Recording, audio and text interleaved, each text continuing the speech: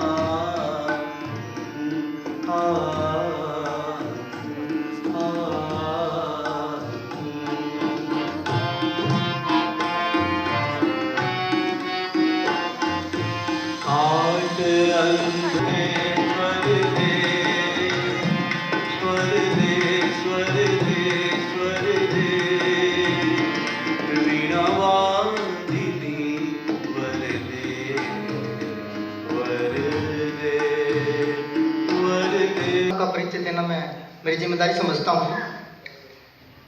जम्मू कश्मीर में 1953 में जन्मे श्री दर्शन कुमार वसंत जी ने 1975 में एमएससी की और 1976 में ही भारत सरकार के अधीन सेवारत हुए और इस सेवा के दौरान उन्होंने चंडीगढ़, भुवनेश्वर और लुधियाना में अपनी सेवाएं दी। 2013 में पंजाब कृषि विश्वविद्यालय लुधियाना कैंपस में स्थित भारतीय अनाज संचयन प्रबंधन एवं अनुसंधान संस्थान के सहायक निदेशक भी हुए और उसके बाद से साहित्य के क्षेत्र में इनकी लगातार लेखनी चलती रहती है। इससे पहले खोए चेहरे का दर्द जो 10 लघु नाटकों का एक संग्रह है वो इनका आ चुका है। इसके अलावा दर्द के सहरा में गजल का संग्रह भी इनका प्रकाशित हो चुका है। और आप सबकी जानकारी के लिए बता दूं कि आज का जो नाटक संग्रह है जिसका हम विमोचन कर रहे हैं, ये पुस्तक भी आपको अमेजन पर उपलब्ध मिलेगी। तो आप सबसे मेरा निवेदन है कि आज के इस कार्यक्रम में शिरकत करने के बाद अगर आपको ये नाटक और इसके लेखक की जो भाव हैं उनको आप पसंद करेंगे, पढ़ेंगे तो निश्चित तौर पर। तो मैं स्वागत करता हूँ दर्शन कुमार वसंत जी का, कुछ पुस्तक के बारे में हमें बताएं। स्वागत है सर। नमस्कार। माननीय मुख्य अतिथि गुरबख्श रावत जी और अन्य साहित्यकार और समीक्षक और मेरे साथी बेटे बच्चों, बुक पे आने से पहले मैं 2-3 बातें शेयर करना चाहूँगा। मेरी अब तक ये चौथी पुस्तक है। इन 4 पुस्तक में से 2 पुस्तकों को विमोचन का श्रेय बिटिया गुरबख्श रावत जी को जाता है। मेरा आधा साहित्य इनके कर कमरों से दुनिया के सामने आया है और मेरी 2 किताबें अभी और काम चल रहा है। तो रिक्वेस्ट है कि मेरी अगली 2 किताबों का भी इन्हीं के हाथों से हो तो मुझे बहुत अच्छा लगेगा। दूसरी बात, ये राइटर जो होता है वो अकेला नहीं होता। राइटर के अंदर एक संस्था होती है और मेरी संस्था के जो पिलर हैं वो हैं योगा क्लब है, साथी बैठे हुए हैं योगा क्लब के, फिर सुप्रीम सीनियर सिटीजन का ग्रुप है उसका मैं मेंबर हूँ, वो साथी भी यहाँ बैठे हैं। और मुझे खुशी होती है बताते हुए कि जब मैं गज़ल सवेरे लिख जाता हूँ और बीपी शर्मा जी और दीदार सिंह जी अक्सर मेरे पास वहाँ बैठे होते हैं और उनकी 70 शायद मेरी गज़ल चल रही होती है तो ऑनलाइन मुशायरे भी मैं उसमें कार्य कर रहा, तो ये दोनों मेरे साथ बैठे हैं, मुझे आनंद भी आ रहा होता है और उधर भी काम चल रहा होता है। योगा वाले साथी, सीनियर सुपरिटेंडेंट वाले साथी और एक और ग्रुप है हमारा, हम 21 सदस्यों का एक और ग्रुप है जो 12 से 1:30 तक हम आते हैं, बैठते हैं, आनंद लेते हैं और उस ग्रुप से मुझको शक्ति मिलती है। और वो से डायलॉग तो मेरी ड्रामा के ग्रुप से मुझे मिले वो साथी भी हैं। फिर है ये मेरा दूसरा संग्रह है। इसके पहले खोए चेहरे का दर्द में 10 नाटक थे, 2016 में आई थी। बीच में कोरोना काल आ गया और कोरोना काल में भी बुक का गुरुराज ने विमोचन किया है, जबकि कोरोना काल में आना जाना ही बहुत मुश्किल था, पर तब भी उद्घाटन इन्होंने किया था, बहुत अच्छा लगा था। अब इस नाटक की 2 मिनट बात करते हैं बुक की। इस बुक का नाम है दिल के आईने से जानता दर्द। इसमें 6 नाटक हैं, मैं थोड़ा सा बोलता जाऊंगा। पहला नाटक है भूख। भूख नाटक बाटेज के साथ मैं अहमदाबाद में मंच पर शेयर कर चुका हूँ। दिल्ली में ये शेयर स्टेज पे हो चुका है ये भूख नाटक। अयोध्या में और फैजाबाद में ये नाटक हो चुका है प्रस्तुत मेरे द्वारा। जब जब भी इस नाटक को मैंने पढ़ा है मेरी आंखों में आंसू आए हैं। अभी वो डर है मुझे आंसू ना आ जाएं। ये नाटक जो है ये बात करता है जो हमारी दुनिया में अनाज की स्थिति और संकट है। इसमें 10 अकाल दिखाए गए हैं, वो 10 अकालों ने करोड़ों लोगों की जानों को लिया। ये साफ इसमें इशारा किया गया है दुनिया में संकट अनाज का खत्म नहीं हुआ। फिर आगे इसी नाटक का एक हिस्सा है भूख एक किस्म की नहीं होती, भूख पैसे की, अनाज की और की भूख है। इस नाटक में परिवार को, छोटा सा गरीब परिवार है वो जुड़ा हुआ नाटक से, और वो मासूम बहुत 10 साल की लड़की है जो इस नाटक में चलती चली जाती है। आगे मैं भेद नहीं खोलूंगा जो परिवार की उस भूख के कारण जो हालत होती है। दूसरा नाटक है आपकी बेटी अकेली रह गई है। हम सब मेडिकल प्रॉब्लम से पीड़ित हैं और इतनी महंगे इलाज हो चुके हैं। मैंने एक मध्यम परिवार के परिवार का नाटक में दर्शाया है। मध्यम वर्ग का परिवार जो हम सब मध्यम वर्ग से ही है, तो वो कैसे संघर्ष कर रहा है इस इशू को लेकर के, और परिवार पे क्या बीतती है जब वो इलाज करवाता है अपने सदस्य का। तीसरा नाटक है चीखें। हम रोज बाहर ही रहते हैं, हम देखते हैं, अखबारों में पढ़ते हैं, हम सामने देख रहे हैं नारियों, बच्चियों, इनका इतना उत्पीड़न हो रहा है समाज में कई तरह से। वो मैंने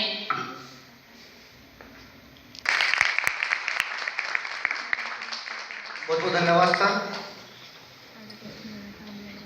जैसा कि अभी मैं बता रहा था कि सर की जो पुस्तकें पहले और आ चुकी हैं और उनमें खोए और दर्द के सहरा में, और आज जो पुस्तक है दिल के आईने से झांकता दर्द, तो आप समझ सकते हैं कि आखिर लेखक के मन में कितना दर्द होगा समाज के प्रति, रिश्तों के प्रति।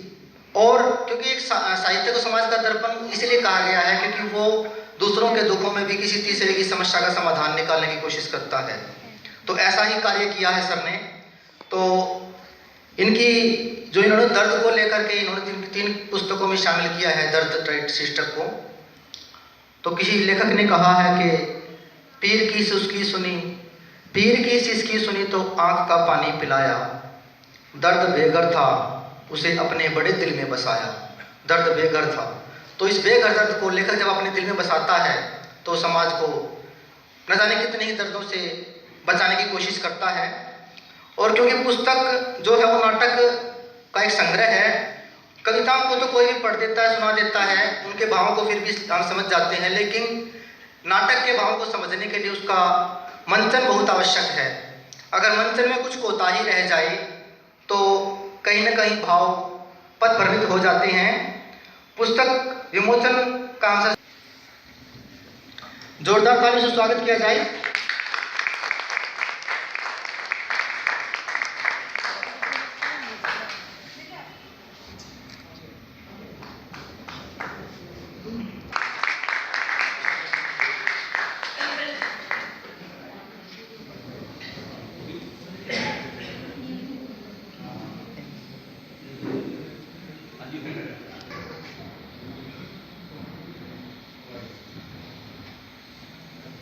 एक्चुअली इनॉग्रेट हो गया बच्चे ने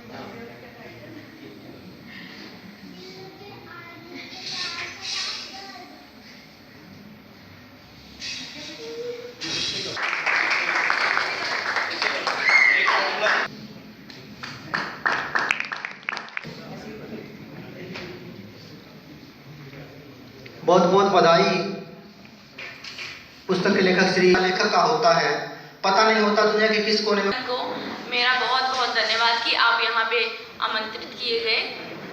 सो मैं बताना चाहूँगी कि डायरी जी की पुस्तक का विमोचन हुआ आज। तो दिल के आईने मासूम। मैंने बुक को देखा नहीं, महसूस किया है बुक। क्या महसूस किया है मासूम। अंतड़ियों में अकड़न होती है जब भूखी होती हूँ। ऐसा लगता है जैसे कोई आंतों को नोच रहा हो। ऐसे लगता है जैसे कोई जान निकाल रहा है। हड्डियों से मांस अलग होता नजर आता है। आंखें बाहर आने लगती हैं। हाथ पैर में ऐंठन उठती है। जीभ अंदर की ओर खिसकती नजर आती है। पूरी शरीर से जान निकलती नजर आती है। चक्कर आने लगते हैं। आंखों के आगे अंधेरा छा जाता, चक्कर आने लगते हैं। दिमाग सुन्न हो जाता है। बात बात पर क्रोध आने लगता है। देखा कितने रंग है बुक के, देखा कितने रूप है बुक के। धन्यवाद। मैं इस दानव से नहीं बच पाऊंगी। ये मेरी ही नहीं, अनगिनत लड़कियों की कहानी है। लफंगों का रोज रोज उत्पीड़ा सहना पड़ रहा है। कानून का, समाज का, किसी का भय नहीं इनको। दुनिया वालों, मुझे इस दानव से नहीं बचा पा रहे हो, पर मैं चाहती हूँ ऐसी व्यवस्था हो किसी और लड़की की वो जान ना जाए। ऐसी व्यवस्था हो किसी और लड़की को ही प्राण ना देने पड़े। दानव के साए मेरी ओर बढ़ रहे हैं। हाँ, दानव के साए और मेरी ओर बढ़ रहे हैं। धन्यवाद। भी नाटक भूख से बेटी के किरदार को, उसके संवाद को प्रस्तुत करेगा। बताओ, वाह! देखो किसने मार, बताओ बताओ।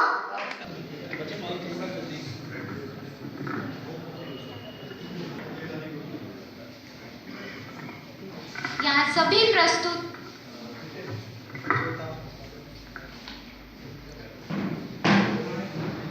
मैं आप सभी का यहाँ पर स्वागत करती हूँ। मैं दिशिता आज रुक्मणी किरदार की कुछ पंक्तियाँ आपके साथ साझा करने जा रही हूँ। नाटक खत्म हो गया, जिंदगी का नाटक खत्म हो गया, साधारण आदमी के सपनों का नाटक खत्म हो गया। क्यों दर्द दे जाता है ये नाटक खत्म होते होते, क्यों मार जाता है ये नाटक खत्म होते होते। हाँ माँ, आपकी बेटी अकेली है, अकेली। कितने सारे जख्म मिले हैं माँ, किस किस जख्म की बात करूं, कैसे कैसे जख्मों की बात करूं। अब कौन मुझे बेटी कहकर पुकारेगा, कहाँ से सहारे पाऊंगी। माँ, तुम कितनी चिंता करती थी मेरी सुरक्षा की। माँ, अब तुम्हारी बेटी असुरक्षित है। कहाँ कहाँ से बचूंगी, किस किस से बचूंगी। माँ बाप से रहते, बिन माँ बाप की बेटियों का कौन सहारा। ऐसा क्यों हुआ माँ, तुम्हारा इलाज क्यों नहीं हो सका। जख्म जलते हैं माँ, बहुत दर्द करती है आग जख्मों की। हाँ माँ, बहुत दर्द करती है आग जख्मों की। माँ, लौट आओ वापस, पिताजी लौट आओ वापस। आपकी बेटी अकेली रह गई है, आपकी बेटी बिल्कुल अकेली रह गई। धन्यवाद।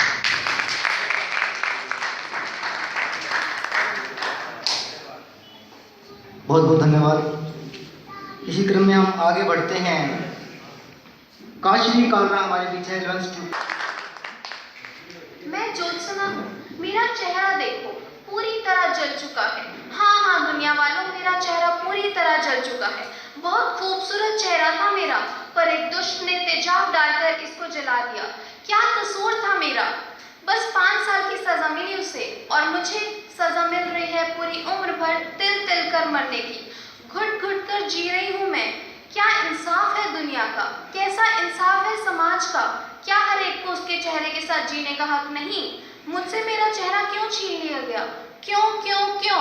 धन्यवाद। सामने प्रस्तुत किए गए हैं। जैसा कि मैं बता रहा था कि नाटक को लिखने से ज़्यादा अहमियत उसकी तब बनती है जब उसका हम मंचन देखें। तो जब भी कोई मंचन, मैं दर्शन सर से भी आग्रह करता हूँ, कलम से जो भी लिखा है वो जख्मों की निशानी है। किसी मजलूम के आंसू की जिसमें एक कहानी है। तुम्हारे दुख उठाए हैं उठाता भी रहूंगा पर, तुम्हारे दुख उठाए हैं उठाता भी रहूंगा पर, तुम्हारे हिस्से की आवाज़ तो तुमको उठानी है, तुम्हारे हिस्से की आवाज़ तो तुमको उठानी है। किताबों से एक यही है जो अपनी बात से मुकरा नहीं करती।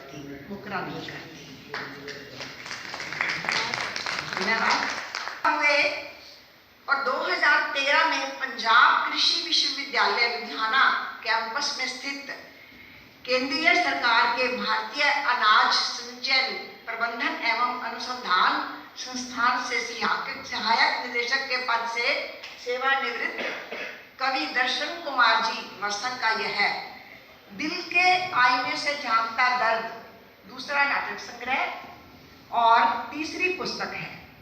होता है मगर परिवार की जरूरतों के लिए नहीं होता। ये जो सारे मुद्दे हैं इन्होंने अपने पहले नाटक में ये उठाए हैं और हमें समाज को यही चीजें दिखानी होती है कि हम अपने अनदेखी से उसमें क्या दिखाया गया है। चीखे मानवता को शर्मसार करने वाली घटनाओं को उजागर करता है ये वाला नाटक।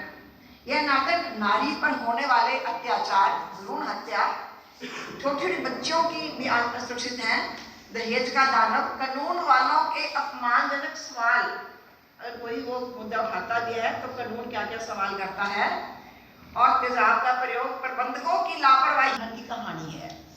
आजकल जिन बच्चों को माँ बाप जी जान से पालते हैं, बड़ा करते हैं, वही जब मुंह मोड़ लेते हैं तो कितना दुख होता है। और अगर फिर किसी को पश्चाताप होता भी है तब तक बहुत देर हो चुकी होती है। वो इस नाटक में उन्होंने दर्शाया है। जो बीजा सो काटना, सब जानते हैं कि हम जो बीजेंगे वही काटेंगे। इसमें क्या है कि ईमानदारी, सुख, सुकून तो है वैसे तो, लेकिन हम जो ये निर्जीव वस्तुएं हैं ना, वो भी इसमें बड़ा अहम रोल अदा करती हैं। तो नाटककार ने उन चीजों का भी सहारा लिया है अपनी बात को हमारे सम्मुख रखने के लिए। सही बात तो ये कि जो घर है, समाज, देश वो अच्छे इंसानों से बनता है और इंसानियत से बनता है। हमें अगर हम अच्छे हो जाएं तो जो दर्द है वो स्वयं ही खत्म हो जाएंगे। अंत में मैं यही कहूंगी कि जो बहुत ही अच्छा प्रयास है लेखक का, वसंत जी का, कागज प्रिंटिंग वगैरह सब बढ़िया है, किताब शुद्ध बंदा को पढ़ने का मन करता है और उनकी कलम चलती रहे और समाज की कमियां उजागर करती रहे।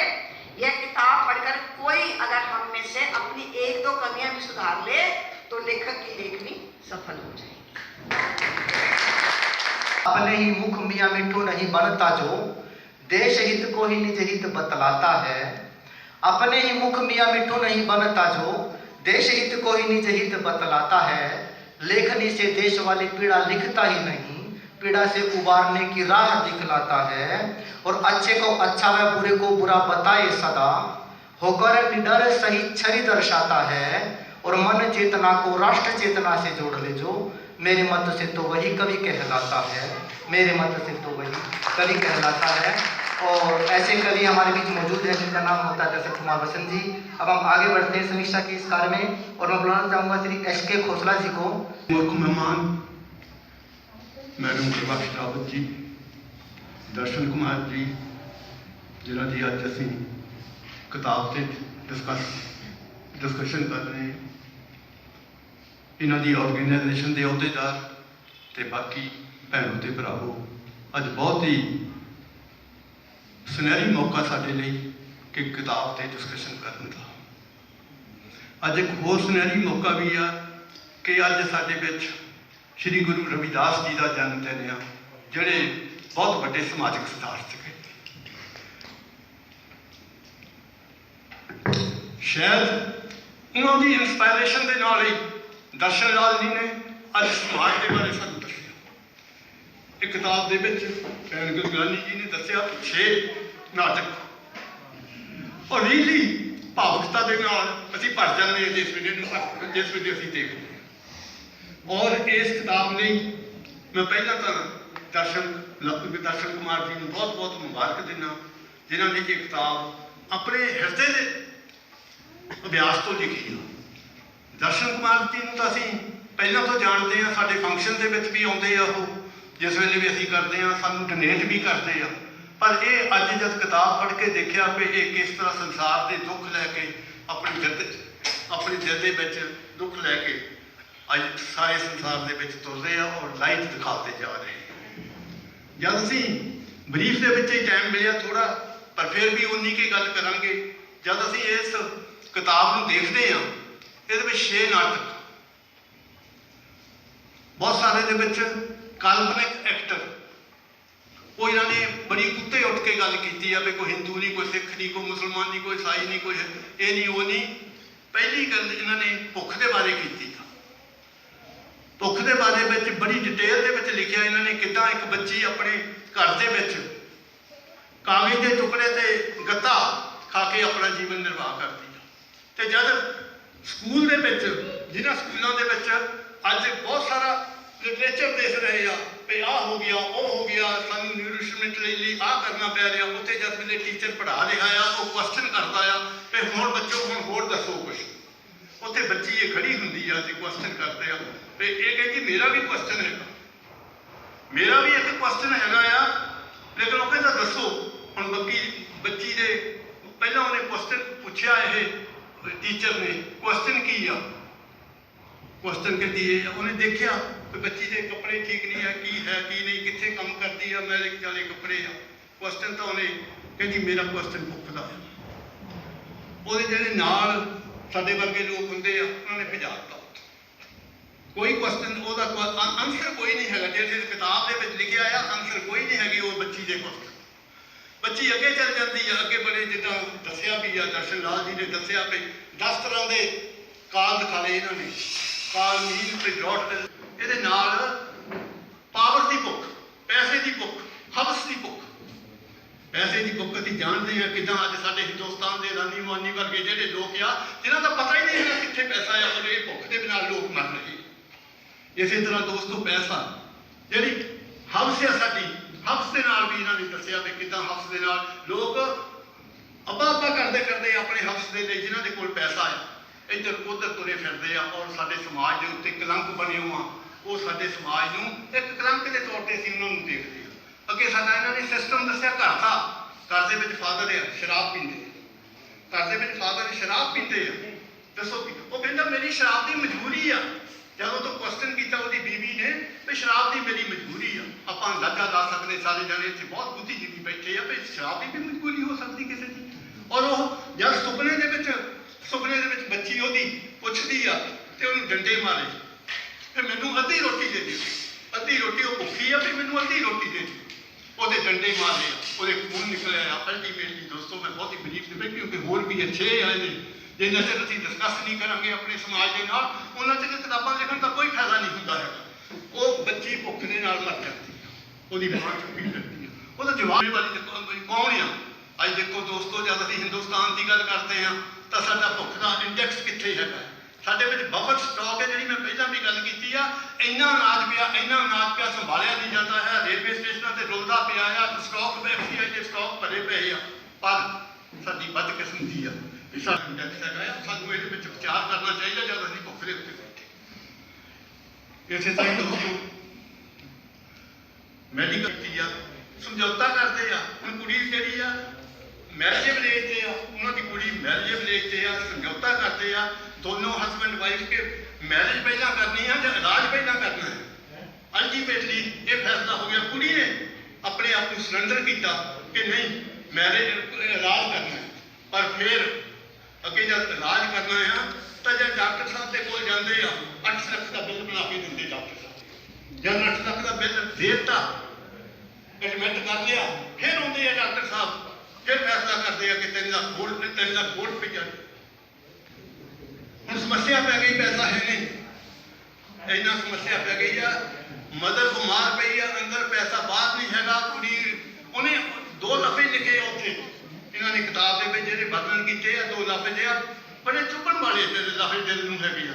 ਨਾ ਮੈਂ ਆਪਣੀ ਵਾਈਫ ਨੂੰ ਬਚਾ ਸਕਿਆ ਆ, ਨਾ ਮੈਂ ਆਪਣੀ ਬੇਟੀ ਦੇ ਹੱਥ ਪੀਲੇ ਕਰ ਸਕਿਆ। ਇਹੋ ਜਿਹੇ ਹਾਲਾਤ ਹੈਗੇ ਆ ਜਿਹੜੇ ਸਾਡੀ ਮੈਡੀਕਲ ਹਾਲਾਤ ਜਿਹੜੇ ਸਾਡੇ ਹਿੰਦੁਸਤਾਨ ਦੇ ਇਹ ਹੈਗੇ ਆ। ਜਦੋਂ ਅਸੀਂ ਆਪਣੇ ਸਮਾਜ ਦੇ ਵਿੱਚ ਦੇਖਦੇ ਹਾਂ ਭਈ ਰਾਸ਼ਨ ਦੇ ਵੀ ਪੈਸੇ ਲਏ ਜਾਂਦੇ ਆ ਸਾਡੇ ਉੱਤੇ।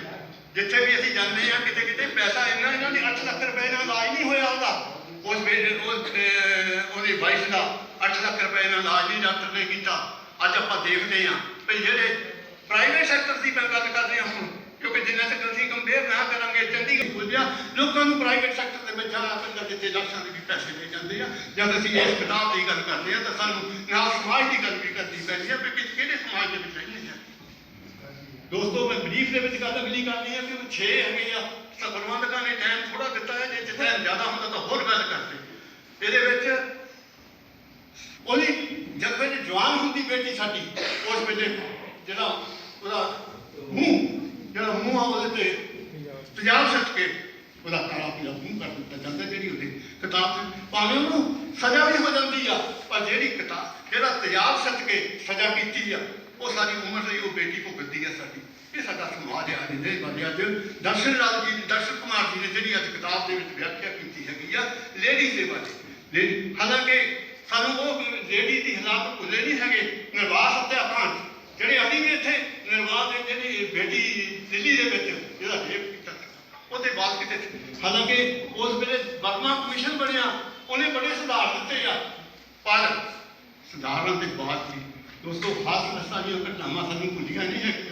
ਨੌਂ ਵਾਲੀਆਂ ਭੁੱਲੀਆਂ ਨਹੀਂ ਹੈਗੀਆਂ। ਕਸਬੇ ਵਾਲੀ ਘਟਨਾ ਭੁੱਲੀ ਨਹੀਂ ਹੈਗੀ। ਜਿਸ ਵੇਲੇ ਸਾਡੀਆਂ ਬੇਟੀਆਂ ਦਾ, ਜਿਸ ਵੇਲੇ ਸਾਡੀਆਂ ਧੀਆਂ ਭੈਣਾਂ ਦਾ ਅੱਜ ਸ਼ਰੇਆਮ ਰੇਪ ਹੋ ਰਿਹਾ ਆ, ਉਹ ਦਰਿੰਦੇ ਘੁੰਮ ਰਹੇ ਆ, ਪਨਿਸ਼ਮੈਂਟ ਨਹੀਂ ਹੁੰਦੀ ਹੈ। ਉਹ ਪਨਿਸ਼ਮੈਂਟ ਨਹੀਂ ਹੁੰਦੀ ਹੈਗੀ। ਦਰਸ਼ਨ ਲਾਲ ਜੀ ਇਹਦੇ ਵਿੱਚ ਜ਼ਰੂਰਤ ਸੀਗੀ ਥੋੜੀ ਜਿਹੀ ਹੋਰ ਐਡ ਕਰਨ ਦੀ, ਵੀ ਅੱਜ ਪਨਿਸ਼ਮੈਂਟ ਨਹੀਂ ਮਿਲਦੀ ਉਹਨਾਂ ਦਰਿੰਦਿਆਂ ਨੂੰ ਹੈਗੀ, ਉਹ ਘੁੰਮਦੇ ਫਿਰਦੇ ਆ। ਔਰ ਜਿਹੜੀ ਪਹਿਲਾਂ ਗੱਲ ਕੀਤੀ ਆ, ਜਿਹੜੀ ਡੈਥ ਹੋ ਗਈ, ਜਿਹੜੀ ਉਹ ਬੇਟੀ ਦੀ ਹੋ ਗਈ ਆ, ਮਾਂ-ਬਾਪ ਦੀ ਡੈਥ ਹੋ ਗਈ ਆ, ਉਹਦੀ ਸਿਕਿਉਰਿਟੀ ਹੁਣ ਕੌਣ ਦੇਖੂਗਾ? ਉਹ ਕੱਲੀ ਰਹਿ ਗਈ ਹੈ, ਇਸ ਸਮਾਜ ਦੇ ਵਿੱਚ ਕੱਲੀ ਰਹਿ ਗਈ।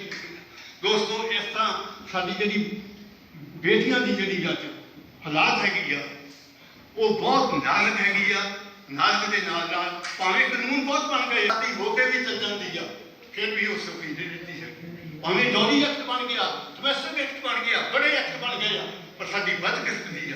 ਜ਼ਰੂਰਤ ਇੱਥੇ ਸੀਗੀ, ਇੱਥੇ ਦਰਸ਼ਨ ਕੁਮਾਰ ਦੀ ਜ਼ਰੂਰਤ ਇੱਥੇ ਸੀਗੀ ਕਿ ਅਸੀਂ ਮਾਈਂਡ ਸੈਟ ਕਰੀਏ, ਆਪਣੇ ਮਾਈਂਡ ਸੈਟ ਕਰੀਏ ਕਿ ਅਸੀਂ ਆਪਣੀਆਂ ਭੈਣਾਂ ਨੂੰ, ਬੀਬੀਆਂ ਨੂੰ ਜਾਂ ਸਾਰੇ ਸੰਸਾਰ ਦੀ ਲੇਡੀ ਨੂੰ ਜੇ ਬਚਾਉਣਾ ਆ ਤਾਂ ਅਸੀਂ ਮਾਈਂਡ ਸੈਟ ਕਰਨੇ ਪੈਣੇ ਆਪਾਂ ਨੂੰ। ਇਸੇ ਤਰ੍ਹਾਂ ਦੋਸਤੋ ਅੱਗੇ ਜਾਂਦੇ ਆ, ਟੈਕਨੋਲੋਜੀ ਦੀ ਗੱਲ ਕਰਦੀ ਆ, ਡਿਜੀਟਲ ਦੀ ਗੱਲ ਕਰਦੀ ਆ। ਜਦ ਸਾਡੇ ਸੀਨੀਅਰ ਸਿਟੀਜ਼ਨ ਦੀ ਵਾਰੀ ਆਉਂਦੀ ਆ ਤਾਂ ਉੱਥੇ ਲੱਗ ਕੇ ਬੈਠੀ, ਉੱਥੇ ਲੋਕ ਆਪਣੇ ਪਰਿਵਾਰ ਦੇ ਵਿੱਚ ਬੜੇ ਲਿਮਟਡ ਘਰਾਂ ਦੇ ਵਿੱਚ ਇਹ ਖੁਸ਼ੀ ਅੱਜ ਬਹੁਤ ਲਿਮਟਡ ਘਰਾਂ ਦੇ, ਜਿਹੜੀ ਜੁਆਇੰਟ ਫੈਮਿਲੀਜ਼ ਹੈਗੀਆਂ, ਬਹੁਤ ਲਿਮਟਡ ਘਰਾਂ ਦੇ ਵਿੱਚ ਖੁਸ਼ੀ ਹੈਗੀ ਆ। ਅਲਟੀਮੇਟਲੀ ਦੋਸਤੋ ਜਾਂ ਸੀਨੀਅਰ ਸਿਟੀਜ਼ਨ ਜਿਹੜੇ ਹੈਗੇ ਆ ਉਹਨਾਂ ਦਾ ਹਾਲ ਮਾੜਾ ਹੈ, ਉਹਨਾਂ ਦਾ ਬੇਸਿਕਲੀ ਮਾੜਾ ਹਾਲ ਹੈ, ਜਿਹਦੇ ਵਿੱਚ ਇਹਨਾਂ ਨੇ ਇੱਕ ਹੈ ਉਹ ਆਫਿਸਰ ਆ, ਜਿਹੜੀ ਦਿਖਾ ਲਿਆ, ਜਿਹੜਾ ਇਹਨਾਂ ਨੇ ਆਫਿਸਰ ਦਾ ਸਟੇਟਸ ਦਿਖਾ ਲਿਆ ਆ, ਲੇਕਿਨ ਉਹਦੀ ਜਿਹੜੀ ਉਹਦਾ ਜਿਹੜਾ ਬੇਟਾ ਆ, ਉਹਦੀ ਵਾਈਫ ਆ, ਲੇਕਿਨ ਉਹ ਉਹਨੂੰ ਸਹੀ ਤੱਕ ਨਹੀਂ ਮੰਨਦੇ ਹੈਗੇ। ਅਲਟੀਮੇਟਲੀ ਉਹਦੀ ਡੈਥ ਹੋ ਜਾਂਦੀ ਆ। ਇਹ ਸਾਡੇ ਸੀਨੀਅਰ ਸਿਟੀਜ਼ਨ ਦਾ ਹਾਲ ਆ। ਇੱਥੇ ਸੁਪਰੀਮ ਸੀਨੀਅਰ ਸਿਟੀਜ਼ਨਾਂ ਦੇ ਸਾਡੇ ਸਾਥੀ ਬੈਠੇ ਆ। ਮੇਰੀ ਬੇਨਤੀ ਹੈ ਇਹਨਾਂ ਨੂੰ, ਅੱਜ ਦੇਖੋ ਸੀਨੀਅਰ ਸਿਟੀਜ਼ਨ ਦਾ ਕੀ ਹਾਲ ਹੈਗਾ। ਅਸੀਂ ਸਾਰੇ ਸੀਨੀਅਰ ਸਿਟੀਜ਼ਨ ਇੱਥੇ ਬਹੁਤ ਸਾਰੇ ਬੈਠੇ ਆ।